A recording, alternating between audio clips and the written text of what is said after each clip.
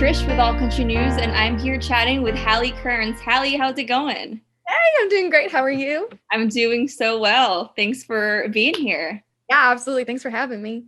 Yeah, so just want to chat a little bit about kind of how you got started with music to start off. But so you picked up the guitar at age 13 and you loved making music since you were younger. So take us back a little and tell me how you just got started creating music.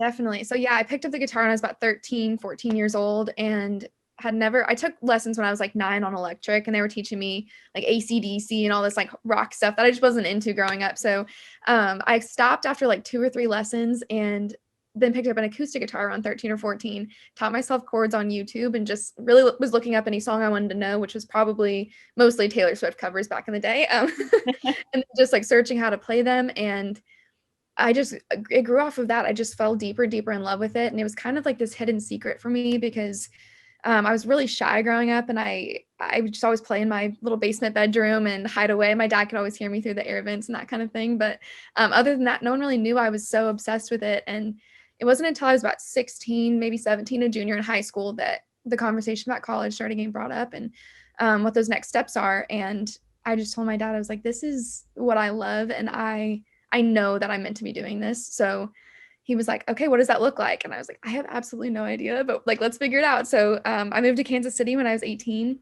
and that's where my family was living at the time. I moved out there with them and started booking shows and playing out. And about 3.5 years later, I moved to Nashville. I love that. Well, you mentioned that you were shy growing up, which is kind of surprising to me. So Yeah. how do you think you came out of that shell as an artist? I was just a little insecure growing up, and I think the more confident I grew in my ability and just in my person in general, I got more like a lot more outgoing, and the ability to like talk to people came a lot easier to me. Just getting older, you know. And so you mentioned that you grew up in Missouri. How do you think that influences you in your songwriting? Well, I think just having, the parents I did and the community I grew up in, it was all really heavy country loving. Like everyone loved country music growing up, and that's what everyone listened to. So I think that really heavily influences my songwriting because that's what I was raised on. It's like what I know. So as soon as I started writing my own songs, that's just what naturally came out for me. Yeah, you're right. What you know, right? Right. So you've been on a roll releasing music this year, and your debut EP finally is coming out finally this Yeah. Friday, which is so exciting. Tell me a Right. little bit more about that. Obviously, the name is finally for a reason. We were really struggling with what to name this because it's my first project I've ever released, my first 3 singles, and then those final 2 on the album. And I was just kind of racking my brain with my creative director, like, what do we call this thing? And I actually called my dad up and I was like, we are struggling with an EP title. Like, I've gone through all these options. He's like, haha, how about finally? And I was like, wait, that's actually kind of cute. I really like that. And, it's been 5 years in the making. I've been pursuing this full time for 5 years. So it does feel like that kind of sigh of relief, breath of fresh air, like, okay, finally, like we're at this point where everyone's getting to hear my first project. And it's a perfect little encapsulation, I think, of who I am and want to be as an artist.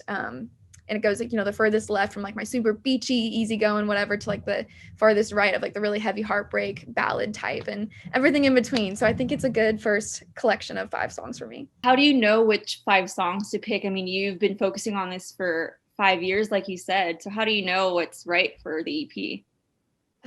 It took a lot. It took a year here of writing. I took a break from playing shows and focused really hard on my songwriting and honing in on that craft. And whenever it came time to picking like the 5 or 6 songs, these 5 felt cohesive. They felt like me. And especially after we got in the studio with them and started producing them, I'm like, yeah, this is it. And picking the order was honestly the hardest part, which ones came out first and second, all that kind of thing. How different or similar would you say it is from, all the singles that you've released this past year? There's one song called Whatever You Do, and it is pretty similar to Pick Me Up, I think, in vibe. It's very upbeat and happy-go-lucky, but it's kind of more beachy, a little more like Parrot Head leaning, like kind of some Jimmy Buffett in there. And then Before He Could, I'd say it's different from all the rest, but I'd say closest to Shoes to Fill as far as tempo, and it's really stripped down, really vocal based, and just it's my heartbreak song. It's the one sad song on the album, so it's definitely different than the other ones in that aspect. How was your songwriting process like for this whole project? It was long. It was like that whole year. I started writing with anyone and everyone for anyone, just trying to learn the craft of songwriting. It's such a weird process, and I had never been around it growing up, so just diving into that and really trying to figure out how to even become vocal in a room. I wrote for a lot of other people in the beginning of the year. And then I was like, okay, I really want to write for me now and like figure out what I want to say.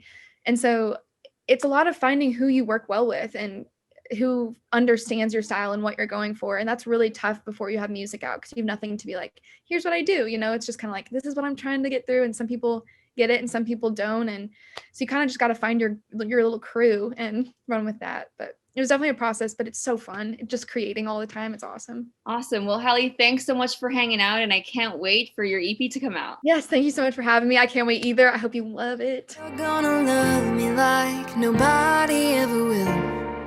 Well, baby, you got big shoes.